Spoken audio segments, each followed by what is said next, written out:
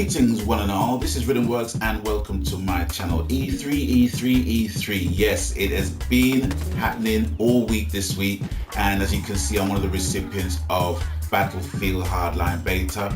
I literally turned on the PlayStation 4 20 seconds after the brother announced that it was available to download, and as soon as I clicked the button, I could not download it.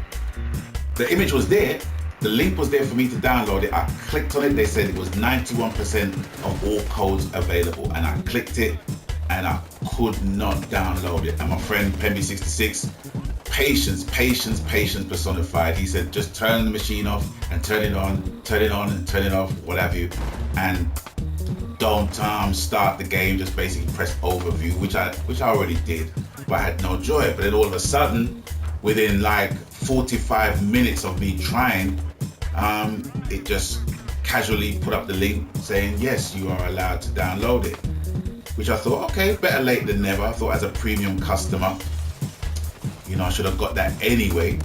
But nonetheless, as you can see, I still got it. This is one of my better games, better matches. I wasn't really a Battlefield fan to begin with, and with this installment of the Battlefield franchise, I definitely wasn't a fan to begin with, because I'm just one of those team deathmatch kind of people that don't like the vehicles, don't really like, you know, traversing on zip lines and all that kind of stuff in this big wide open space, you know. So upon playing this, I was kind of pleasantly surprised, actually. What does it remind me of? It actually reminds me of Payday meets Heat, the movie, meets Domination and Capture the Flag modes. That's what it kind of reminds me of. And although I'm not really a large map vehicles kind of shooter, as you know, I'm more or less a close quarters, no vehicles kind of shooter. You know, I'm getting to really like it, you know, and learning more about Battlefield in this game more than I learned in Battlefield 4, actually. Because when you get on the game, it's like, you know, nobody really helps you. Nobody really tells you what you need to do. People's got their mics off, or if they have their mics on, they basically say, oh, what'd you fucking do that for?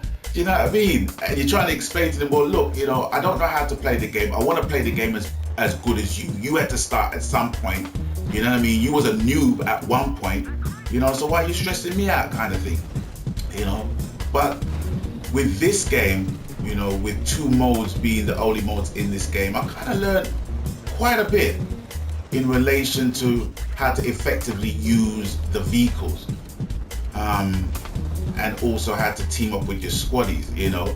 Believe it or not, you know, I didn't really realize how effective being in a squad could be, because I see those names in green in the bottom left and they just meant nothing to me whatsoever, because it was just a case of, look, just killing the enemy, you know, just killing the enemy, killing all those orange dudes, and that was it for me. But moving as a squad really kind of works. I know I'm kind of stating the obvious for people who basically knows how to play the game, but for me, I did not know how to really play the game that effectively, and playing this installment really taught me a lot. But anyway, as we move inside, yeah, E3.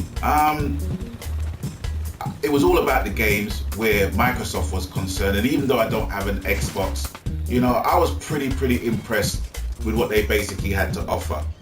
I mean, games like Sunset Overdrive and Dead Rising, those were mad trailers that they had for those games, you know what I mean? And what other games did they have there? Forza, Evolve, I wasn't really a big fan of. Project Spark, which I kind of rated because of the fact of giving game developers a chance to create their indie games to make available for us and make them some money, you know, because the indies need love too. So it's all good for them. But my personal highlights goes as follows. There's no surprises here, really. There's a couple, but not a lot. But first of all, Call of Duty Advanced Warfare, which will be released on the 4th of November 2014. Kind of reminds me of Titanfall, you know? in a way. Looks good. You know, Kevin Spacey makes the game look badass as well. So kind of looking forward to that. The Division, the game that I already knew from time that I was going to get, has numerous delays, but it's just one of those things. Now, you know, I feel more comfortable with games that has the potential of being a good game taking longer to develop than me telling the developers just to get their ass in the game, just bring it out, you know. I think the mentality of us basically, you know, more or less ordering the developers to do it and them feeling, well, yeah, let's give it to them, and them kind of flopping because of that. I think the days of that are long gone now, you know, as described and in instance with Naughty Dog and Uncharted, you know, within all the crap that's been going on within the personnel, you know, like I said, it is still a game. Anything that comes from Naughty Dog, I will wait 2 to 3 years for. And I know that the game's going to be good. I mean, The Last of Us, come on, clear example, you know. So with that, it goes without saying. So patience is definitely the key, especially when you've got loads more games to play. Anyway, that's The Division. Also, Rainbow Six Siege. I think the last time I played Rainbow Six Siege was on PC, believe it or not, and gave up on the Ghost within a couple of hours because, you know, the whole keyboard mouse thing, no disrespect to the PC gamers, I can't get used to it. It's too much, you know, I can't really multitask on that. And now they're gonna basically, you know, make PC games controller compatible. So, you know, so maybe, I don't know. But anyway, I digress. But Rainbow Six Siege, I really like the look of that game. I'm a big advocate of co-op gaming, as you well know, and that looks pretty good.